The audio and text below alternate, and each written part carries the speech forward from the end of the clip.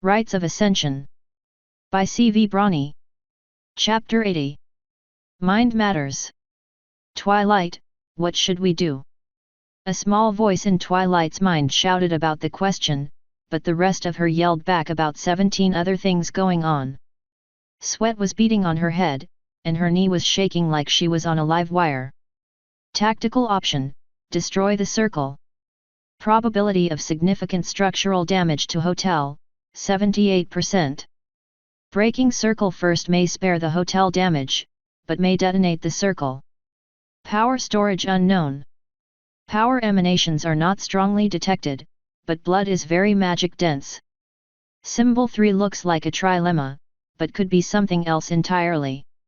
Power draw is internal, and the blood must have been highly concentrated to support the magic and stay solid. Twilight? Twilight. Twilight blinked after a ration bar bopped her in the face. Trixie was standing there, pointing to the circle with both hooves. What do we do? Twilight looked back at the circle, and opened her mouth when another ration bar was lifted into the air. I don't know. I can't resolve these symbols. I'm out of my depth, which is saying something. We need help. Luna. Luna. Let's go find her hidey hole here in Manhattan. Asterisk. Are we sure this is right? Pretty sure. Twilight looked up from her paper, then at Trixie and the mountains of garbage around them. The warehouse before her had been abandoned for years, and was never fully torn down when the site became a dump. The back of it was covered in dirt and trash. In fact, the path to get to where they were ran over part of the building, hiding it from view on approach. Somehow, there was still a power line to the building, and from the buzz, it seemed live. It just doesn't seem. Luna, why? Trixie said. She's a princess, after all. Ah, but that's exactly what it should be. I'm pretty sure she's kept this a secret from the council. Besides, this is just the first step. Twilight held up the paper for Trixie. This is less a map and more a scavenger hunt. To get where we're going, there's a fair amount of travel left. Trixie took the paper and made a face like a pony who hadn't studied for a final. Underground? In a dump. Apparently there's a tunnel here. Come on, let's go find the entrance. Twilight marched forward to the large sliding door of the decrepit warehouse. The rust and garbage water combined to make a smell that laughed at those without a tetanus shot.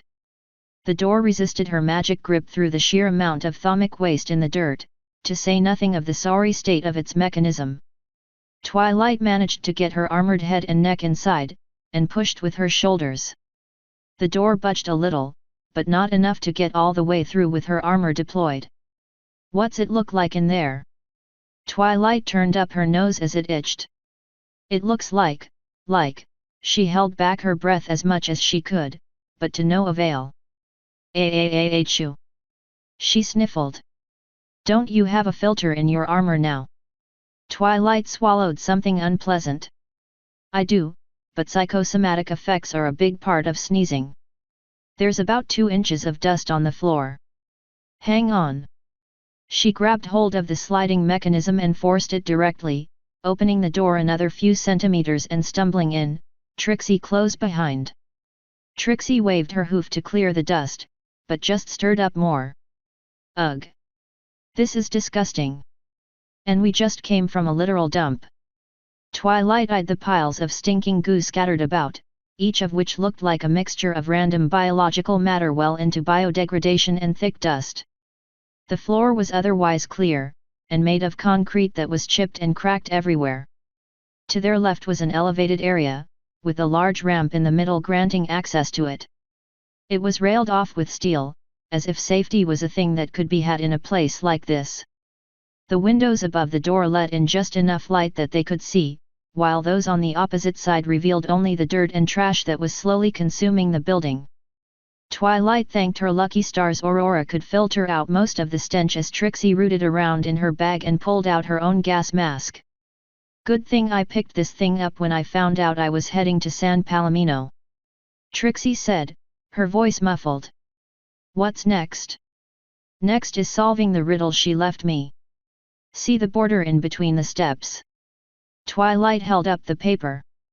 Those are instructions. To proceed, we need to read that, somehow.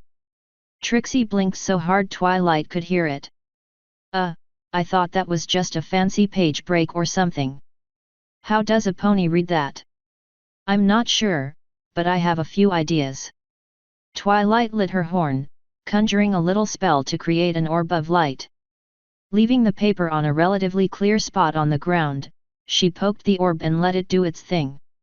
It shifted through colors, tweaking the wavelength and composition of light ever so slightly each second.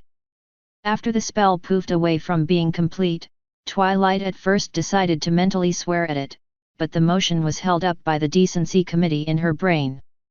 Instead, she went to step 2, barriers. One by one the two mares summoned weak barriers of different colors, blocking out narrow wavelengths to try to reveal a hidden message. It wasn't until Trixie's stomach growled that either said anything. Yeah, I'm not seeing it, Twilight. And we've been at this a while. It might have been quicker to just send a telegram. Twilight narrowed her eyes at Trixie. And leave a puzzle from the princess unsolved? Not happening.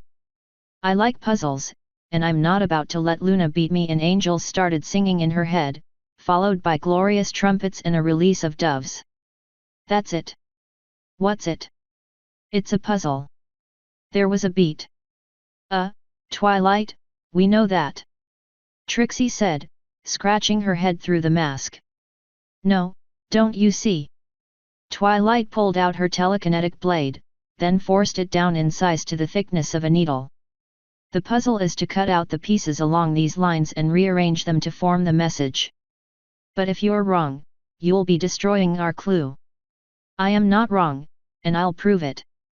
Twilight sliced up the paper, a piece at a time, careful to avoid going off the lines by feeling the subtle rip as her blade cut through the fibers. Eventually, she had a few dozen little pieces of paper dancing in her magic.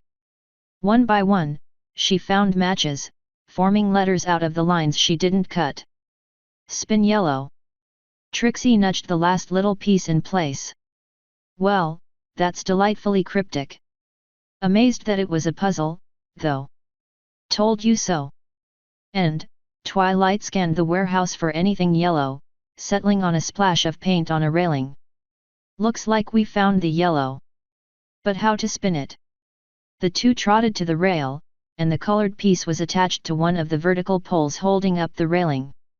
It was an end piece resting at the bottom of the ramp to the elevated area, and was fastened to the rest by a piece of plastic piping. I think I got it. Twilight grabbed hold of the metal ring, pulling out away from the pole. Steel groaned in protest, but yielded to the strength in her legs. It gave way after only a moment, and a tingle up her spine told her this was it. She then clamped down on the pole with her magic and twisted. Despite being half buried in concrete, it turned. The sound of rusted gears and chains clamored in the warehouse, followed by the wails of startled crows and seagulls. The clinks and clanks of metal felt less like a mechanism and more like an earthquake. In jerks and spurts, the concrete ramp dropped down into the earth, kicking up a fountain of dust and a hole in the ground. Well, I'm glad I put on my gas mask. Trixie waved around her hoof and coughed like she had a hairball. I can't even see inside it yet. What possessed Luna to build something like this? Wait, stupid question. It's Luna. Theatrical craziness is her bread and butter, and possibly jam. So, the question is, what do we have here? You mean other than enough dust to choke an elephant? A herd of elephants. But I think what we're looking at is a tunnel entrance. Twilight aimed her horn down the hole, firing a thin line of magic into the void. It flew straight and true, scattering the darkness and revealing a deep tunnel. Yep. What we're looking at is one of the original tunnels used by the Earth ponies in the city during the period before reunification. built brick by brick to shelter untold thousands from Pegasus attacks. Eeyok. And now used as a sewer. Trixie gagged. Actually, that's a common misconception. The lower, center area can occasionally be filled with water, but it's not sewage. It's rainwater, and some river water as well, from the rare occasions when the rivers flood. If the weather is dry, the floor is just damp. I just hate underground spaces. Your escape options get cut down to a nub. Trixie paused for a moment. Wait, if these tunnels are so extensive, what if the changelings are hiding down here? Twilight scanned an upcoming intersection with her light. Possible, but very unlikely. These tunnels are not abandoned. It's estimated that there are up to 2,500 homeless ponies living in them, but many think that's a painful underestimation. They are mostly tolerated by the duchy, but their presence means the police regularly patrol the network. Not to mention, if the homeless found themselves targeted by the changelings, they might try to solve it themselves, which means getting violent. Not only would that be high risk for the changelings, it would put the changelings under a spotlight. That doesn't make this place safe, though. Stay on guard. Trixie lit her horn. Makes sense to me. Let's hurry and find our exit.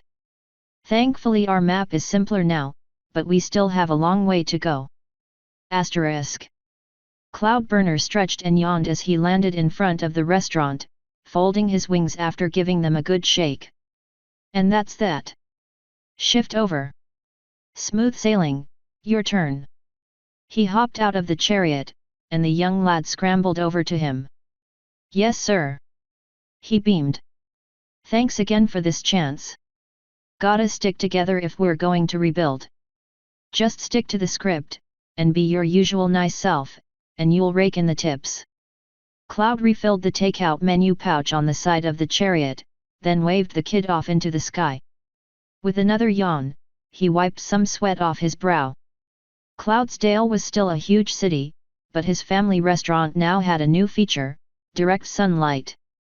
The core, the monster center of the city, had shed most of its outer layers. What was once tightly controlled and contained was now spreading out into the sky. Ironically, that now meant that non-Pegasi were reliant on Pegasi to get around, and Pegasi were reliant on non-Pegasi for fares and economic stability. The extremists had actually brought the city closer together than ever before. Time for dinner. He trotted into the restaurant and ordered a glass of wine and his favorite pasta dish, fettuccine alfredo. It had all the fat and carbs for a Pegasus clearly still in the prime of his life and not at all about to spiral into a midlife crisis. Afterwards, he ordered one more glass of white, took it in, savored it, and slumped down in the booth as his worries melted away. It's only 6:30 and you're drinking. Typical.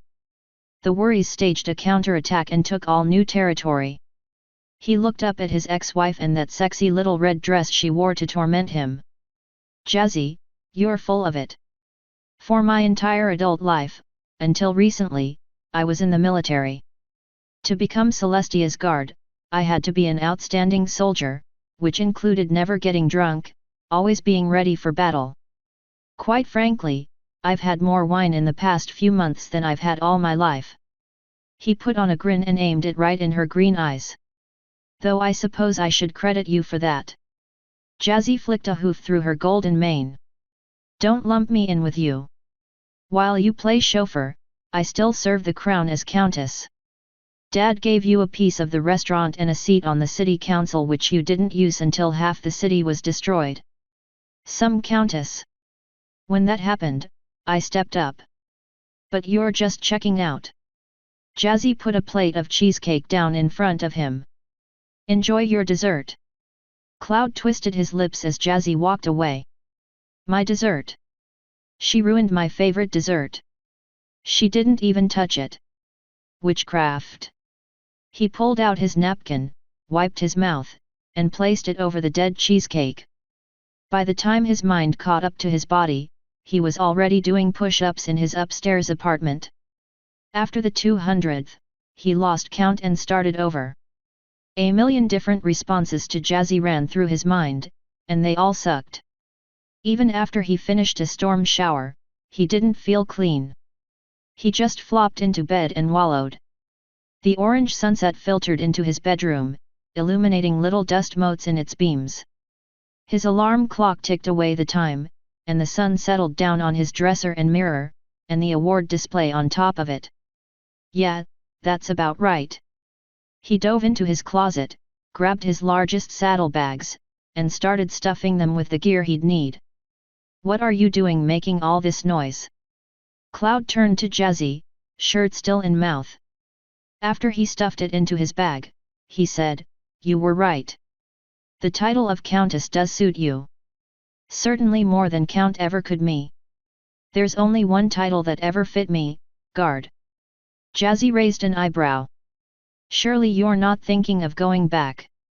It's not like there's a place for you anymore. It was probably filled before you even left." "You're probably right. But, I still have a standing job offer in Canterlot. She may not be a princess, but I'd sooner follow her into the gates of Tartarus than take one more piece of abuse from you. You can tell Dad that I don't care if he gives you my share of the restaurant. Or even the whole damned estate. It's not worth it." Whatever Jazzy said to him in response, it never made it to his mind. His shoulder bumped into her on the way out, and before he knew it, he was standing at the entrance of the restaurant. Cloud took in a breath. Am I really going to do this? The wind blew through his mane, and he looked back at the restaurant. He saw the vines on the Cloud walls, the bottles of wine in the window, and the happy customers inside. Most of all, though, he saw Jazzy, and his wings told him what he needed to do. The wind caught him by the feathers, and he was gone. He had his bag, a destination, and hours to go before he'd be home. Asterisk. So, this is it. Twilight held up the paper to the entryway, scanning the lettering on the wall written in arcane runes only visible in her sight, or with a special light filter. You shouldn't be here. Yup, I'm pretty sure this is the place. Question is, what now? Knock. Twilight squinted at the little corridor, lit by a red emergency light. It couldn't have been more than 6 meters long, and was otherwise perfectly unassuming and made of the same stone brick as the rest of the tunnel. She stepped to the runes, and put her hoof on the word here, pushing it into the wall. The same sounds as in the dump echoed through the tunnel, and a door appeared at the end of the little corridor. How'd you do that? Trixie asked. Twilight shrugged. Just came to me, really. Come on, let's do this. They stepped through the door, leading to a rather anticlimactic additional 6 meters of corridor. Twilight smacked her lips. Welp, that's all I had. Any thoughts? Wham! They spun around, finding the door sealed shut. If one hadn't already seen it, there would have been no way to tell that it had even been there. Red runes pulsed in the room, scanning around them as a voice echoed in their minds. Unidentified intruders, if you want to live, speak the password. Twilight cleared her throat. I'm the Grand Mage. Open up if you want to live. There was a beat. The runes stopped and died, and another door, this one ahead of them, opened. On the other side, 4 members of the Night Guard were pointing heavy-mounted cannons at them. Holy crap! Arcane Edge's butt hit the floor while the others breathed a sigh of relief. It really is her. Lady Sparkle, that is one of the ballsiest things I've ever seen. Well, I saw a little piece of the runes that carved out an exception. Luna must have had that in mind for me. Twilight half smiled. But Trixie would have been dead for sure. Had you allowed that, I would have been upset. Trixie coughed. What was that? Relax, Trixie, I wouldn't have let that happen. But, now that we're here, we need your help. I uncovered a magic circle with symbols even I'm not familiar with. I need Luna's help in figuring it out. Are you able to contact her? The other ponies left to go back to work, while Arcane winced and rubbed the back of his head. Not really. She swings by every few hours if she possibly can, but we don't have a telegraph here yet. But you're welcome to come in and wait for her. Thanks. Twilight went inside as Arcane stepped out of the way, with Trixie close behind her. Kinda stinky out there. Trixie ripped off her gas mask, and sucked in a fresh breath. Empty night. I am glad to be out of there. Why is that the entrance? Well, this place is secret even from Celestia, so we had to take precautions. Even if they are paranoid. Twilight looked around as Aurora undeployed. They were in a warehouse, but the skylight overhead swirled with a barrier that blocked outside light. The ground was bare concrete, but impeccably clean. There was a smattering of tables around, most with weapons, others with papers. In the center was a boxing ring, and across the room from Twilight were a few doors and a staircase to a second floor. Hey! Trixie pulled off her saddlebags and stretched out like a cat. I kind of thought a secret base run by the Princess of the Night would be grander. Arcane opened up a large hoof locker for their things. It still works. Remember, this is a black site. Strictly off record and off the books. We don't have normal government funding. Everything here is on a shoestring budget, save for our concealment efforts, most of which were made by Luna herself. Trixie popped her shoulder joint. And just what do you do here? Can't tell you. Luna needs to give me specific permission for that. What I can tell you is that the Sovereign authorized and instructed us to render whatever aid you require. So, how can I help? Twilight opened her mouth, but her stomach spoke first and rumbled the concrete under them. Arcane chuckled. Sandwiches it is. Hey, Moon Petal, food run. The slender Thestral mare licked her fangs. Roan or Hinterlands? Hinterlands. Extra mustard on mine. Back in 15, unless there's still a line. She flapped her wings and zipped to Arcane, embracing him in a hug and nuzzle. Cuddle toll. Ack. Arcane struggled like a worm in a bird's mouth. Get off. Boo. You're no fun. She stuck out her tongue and took off, zipping through a little hole in the floor. High-speed Pegasus access. Arcane said, straightening his mane. Takes a while for the rest of us to get here, but with wings you can take that tube in just a couple minutes. Let's hope she doesn't find too much of a line. Trixie's stomach joined in the hunger parade. A line at this time of night? Yup. Arcane walked over to the weapons table. Manhattan, the city that never sleeps.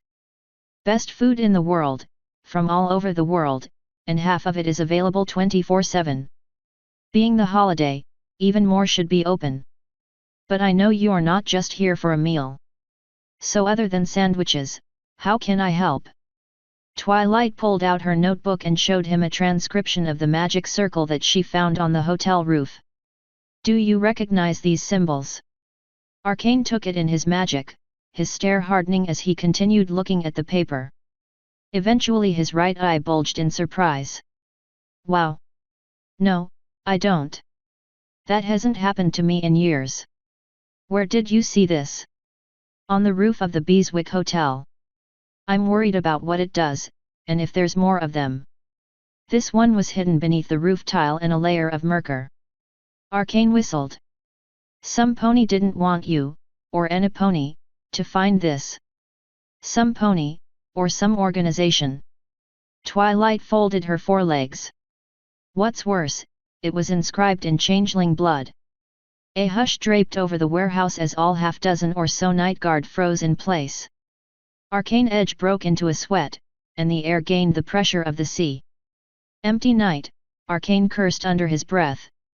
What do the changelings have to do with this? Do they know?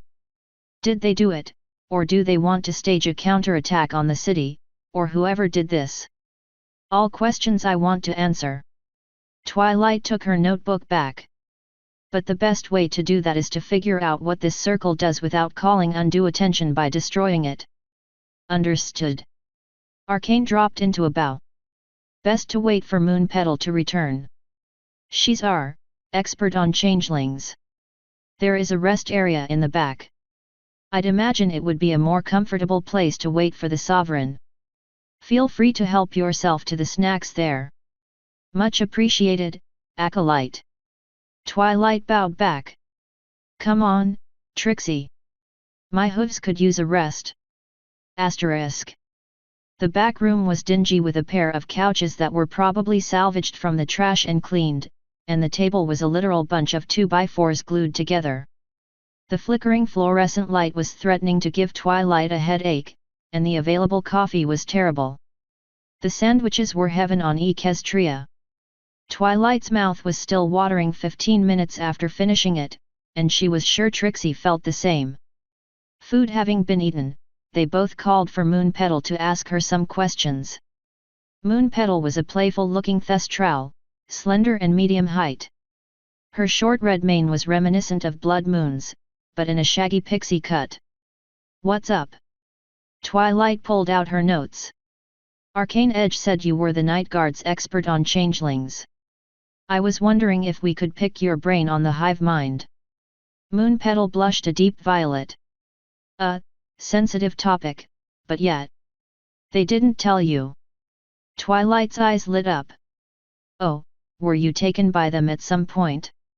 You could say that. Petal put her hoof to the gem on her chest plate, and gave it a twist. A purple flame whooshed around her, collapsing as fast as it formed. Where once was a thestral now stood a purple-tinted changeling. Twilight and Trixie both jumped onto the couch. You're a changeling. Petal pointed to her head, and the stub that was there in place of a horn. Luna. Petal took a deep breath and started again. I was born into the hive, and Chrysalis had me fight the sovereign to distract her while we evacuated a hive in the borderlands. She moved so fast, I didn't see it happen. One moment I was connected to the hive, and the next, my horn was cut off. I nearly died, alone, empty. Luna brought me to the castle. Captured to interrogate. But without my horn, I couldn't hear Chrysalis in my mind anymore. I had to make decisions on my own. When I didn't cooperate, your brother was about to execute me. The hatred in his eyes. I was so scared. That's when the sovereign intervened. She saved me, offered me a place. Obsidian still doesn't really trust me, I know that much. But the others? They taught me to be myself. To become something that was a self. I owe her my life twice over, so I tell her what I know about the hive. Twilight swallowed, and leaned against Trixie as they both calmed and eventually sat back down. Wow! Twilight wondered how 6 cups of coffee found a way to inject their caffeine into her veins. I didn't know. Why didn't Enipone tell me? Petal turned her armor's disguise back on, and the thestral was back. I think only 6 or 7 ponies outside of the Night Guard know. I made them promise not to tell Enipone without my permission. It's not a lot of ponies are very understanding about this. The new captain of the Royal Guard wanted to kill me just like the old one. Whew! Wow! Twilight shivered inside her armor. I'm so sorry. I never expected. If you don't want to answer the questions, I can skip this and just talk to Luna. It's fine. Moon Petal scooted to get to the water cooler. How they got the water delivered was a mystery for the ages, but that apparently didn't stop Moon Petal from pouring herself a cup without thinking about it. Part of the deal is telling ponies what I know, so you can ask. Before you do, though, you should know something. I don't know everything. When you're in the hive, memory doesn't work like it does with ponies. Short-term memory does, and we get to keep a chunk of our personal memories, but long-term?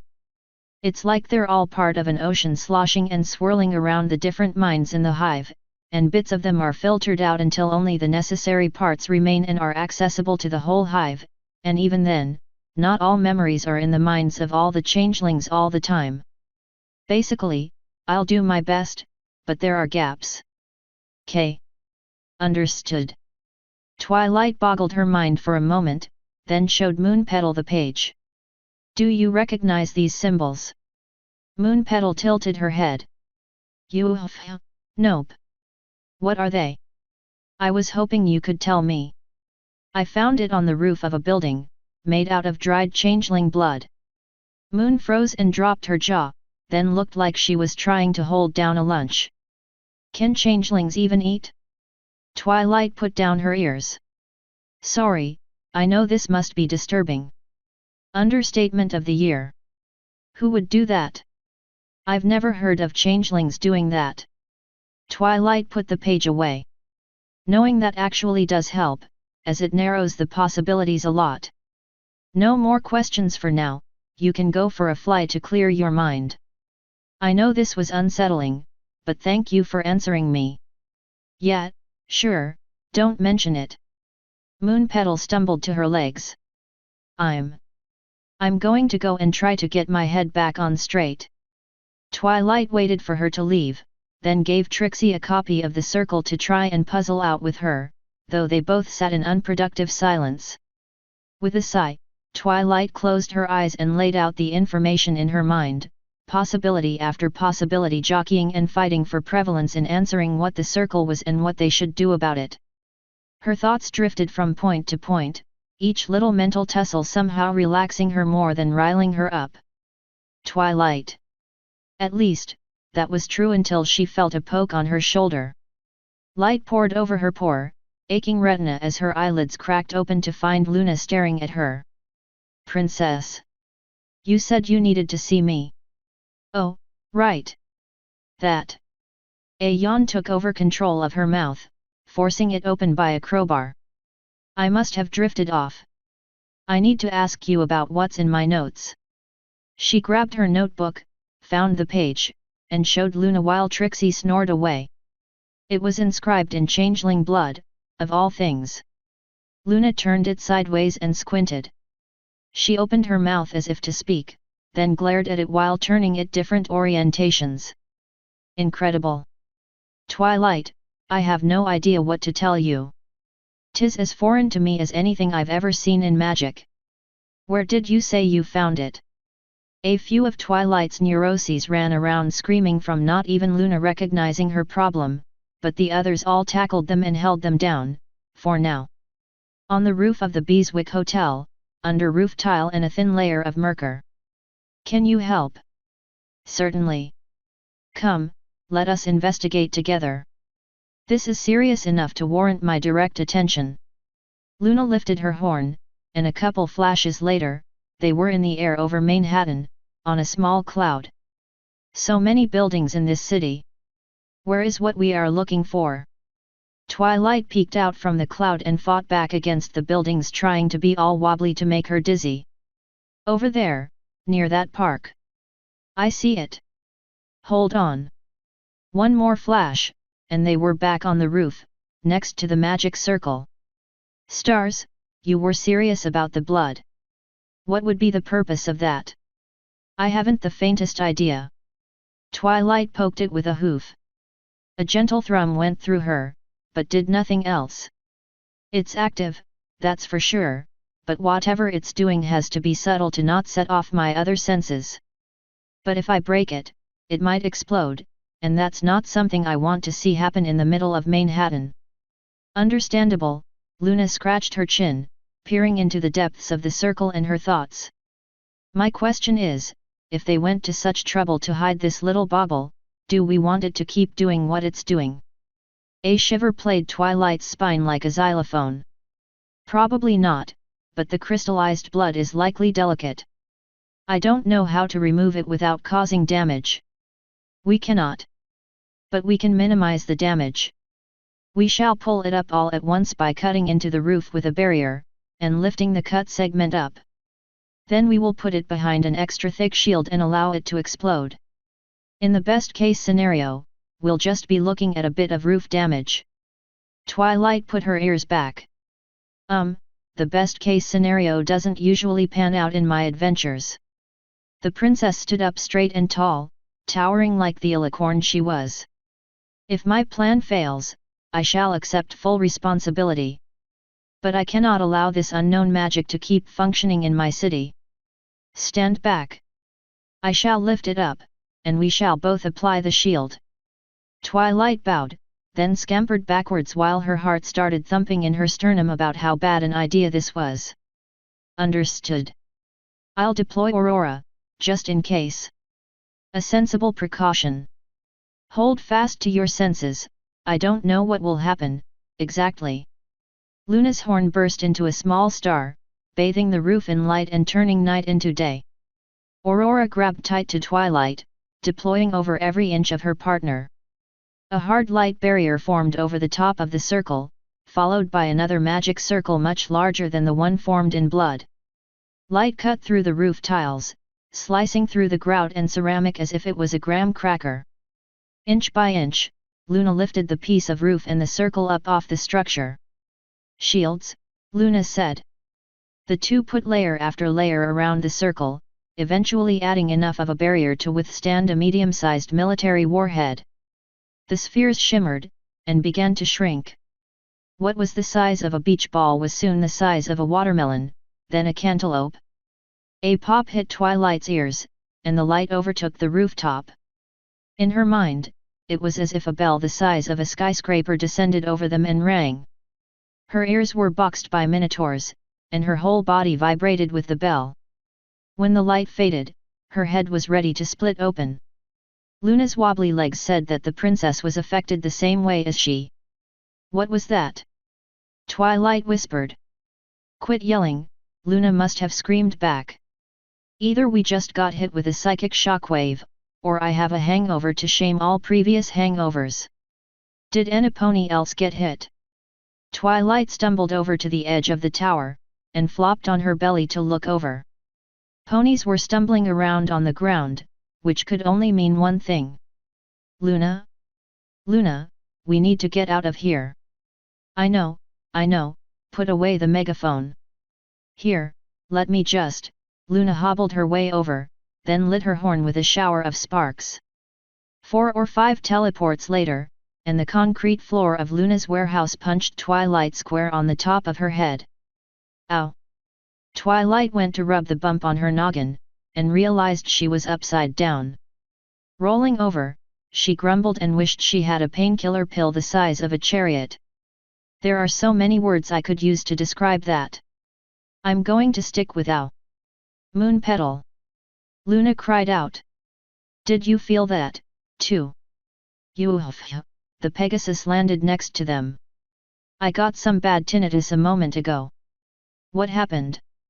The ponies there all crowded around them to help the princess up, while Trixie rushed to Twilight's side. We blew up the magic circle.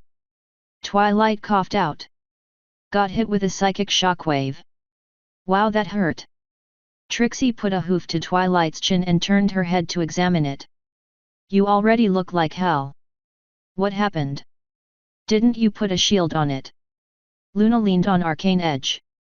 Most barriers, shields, and armor are totally ineffective against psychic effects. There are exceptions, but I didn't think to try any. In fact, I doubt I have any that would have been worthwhile. I haven't seen psychic power like that since long before the Chaos War. Twilight racked her brain, sorting her thoughts while getting whipped with the lingering psychic flail. I can think of only 2 reasons that circle would exist and hold that much energy. Scenario 1, the circle is there to limit the ability of the changelings to communicate with their hive mind. In which case, we just did them a huge favor. Scenario 2, the circle is there to improve the ability of the changelings to communicate with the hive mind. In which case, we just hurt them. Moon Petal rubbed her chin. I seriously doubt the latter. Chrysalis always has an ear in our heads and strings on our hearts and minds. But the former? I've never heard of something that can block out the hive mind. The amount of energy it would take would be unimaginable. Twilight stood, finally shaking free of the ringing her ear. Then it's the former, and there may be more of those circles to make the spell more effective. Question is, who put them there? Moon Petal shrugged. No idea. But if they've just been sitting here, then the hive doesn't know about them. Chrysalis wouldn't stand for it. Twilight squeezed her temples and winced. I need some aspirin, and a rest. Luna, can you take us home to Canterlot? I want to check on Dash and get to bed.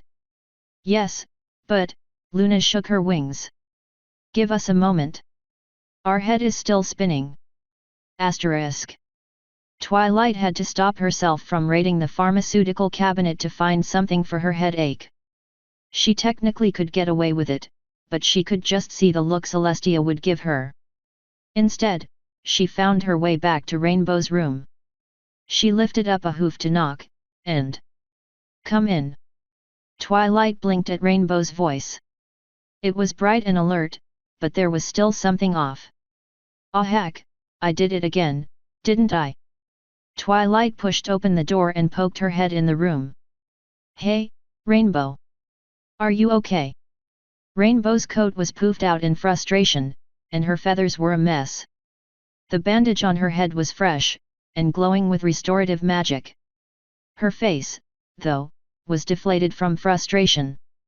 "Hey Twilight. Looks like I lived, hey." Spike pulled open the door and let her in, then closed it behind her. "Don't sound so happy, Rainbow." Twilight jumped to the bed and pulled Rainbow into a gentle hug. "You're too stubborn to die that easy. But words can't express how relieved I am." She sucked in a breath and shivered as she let it go. "You'll be okay. The princess will see to it." "I know. I just wish this didn't happen. Bastard Farrier or his goons must have hit me in the head while I was out." Twilight broke the hug and fluffed Rainbow's pillow. "Well, yeah, but the Majestics are still out there. And they're worse." "They employed him," Rainbow said. Twilight looked over to Spike, who shrugged and sighed. "Damn it." Rainbow whacked herself with her pillow and covered her head with it. "I can't stop it." "You," Twilight murmured. "Do I want to know?" "Yes," Spike said, standing up. "Rainbow's been jumping around through time. Like, she'll go a few seconds into the future, then without realizing it, snap back." Rainbow groaned. "It's like, every so often, I jump a few seconds.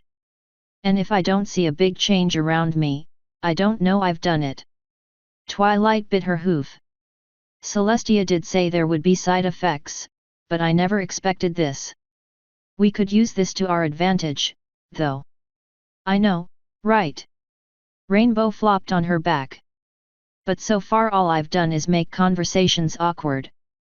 Sometimes I wind up skipping whole sentences. I mean, I say them, but then it gets wiped out when I skip back and no idea how I'm going to fly like this." Twilight blinked.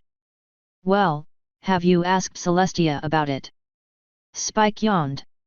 "Yeah. She said it'll probably go away with time." "Pfft," Rainbow scoffed. "Probably. Might be stuck with this forever. Going to have to get used to this, find a way to tell when I jump, how far back I go." Twilight gave her another hug. "We'll find a way to work it out. For now, just follow the doctor's instructions so you can get back on duty. I miss having my captain available, even if Trixie's done very well so far. Tomorrow I'm heading back to Manhattan. There's something odd going on, and I've not gotten to the bottom of it yet. I'll get some rest and tackle it first thing in the morning." Rainbow grumbled. "Well, good luck. I'd come with, but you just had your head cut open, yeah. Don't worry about it. Spike, you stay here with Rainbow, help her get better. Pinky is on her way by train, so expect her sooner rather than later. If I don't have this solved by tomorrow, I'll drag you out there and see what changelings think of Dragon Flame." Author's note: didn't break even again this month. I really need to up my writing game, backlog is down to just a few chapters. But, this month I actually came within a few hundred words of breaking even, so, progress. Also, I'm back to using voice software starting today. I've been dreading it because my old profile got corrupted and I lost all my custom terms. Tongue sticking out, gotta do it, though. If I finally get my crap together I should be able to easily catch up to my backlog with just 1.5k words a day, which even my voice should be able to do. Here's hoping. Thanks again for sticking with me. CV. End author's note.